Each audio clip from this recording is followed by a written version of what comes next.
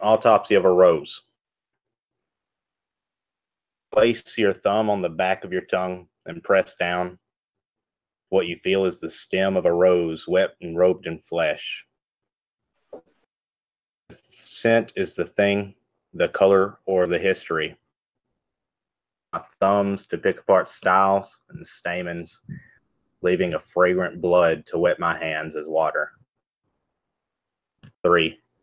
Imagine a rose bush not growing on top of a hill, but the stems stand on canes on tuberous trunks. Are not planes and will not fly where you point them in either direction. But here lies the stately words, it or a swan. Petals are not feathers, who being sewn together to arms or tongues can support flight. The only thing they can offer make of them is color and vague contours, which may suit a painter. No painter hoping to claim one vision puddles dragged by horsehair brushes. It's a fragrance specific to your tongue.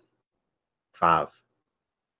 Bugs I pressed into the book of flowers, ran through like legionnaires of lightning bugs, near bloodlessness of thunder flies. Here lies the entire storm crucified. The rosehead sitting atop its stem like the ephegeal sun, faces pointing outward, curling like limp fingers, beckoning. Rose is like a godless song, no, much more like the harp on fire whose sonorous twanging clashes up against the crackling fire. No, the everything thing, bundles like flowers or exaggerated constellations. No, this is all wrong. Let me start over. At the back of your tongue, all the thorns lined around it. Here lies the chattering of roses, of a revolving wound, and the calyx must have been the beginning of it. Called a shank, but I think that's unfair. This knife cannot cut straight. Which part is the sepal? What synecdoche rings truest? The right of roses. Backyard roses grew on a hill, overlooking the grapevines. Trees stood taller, they could hardly sing. Tongues, the horns like tongues, the stems, all were singing loudly.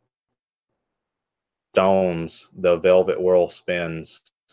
The bruising of petals will fade, but forever shines the glory of the hedge.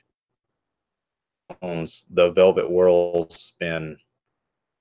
We have torn out our tongue.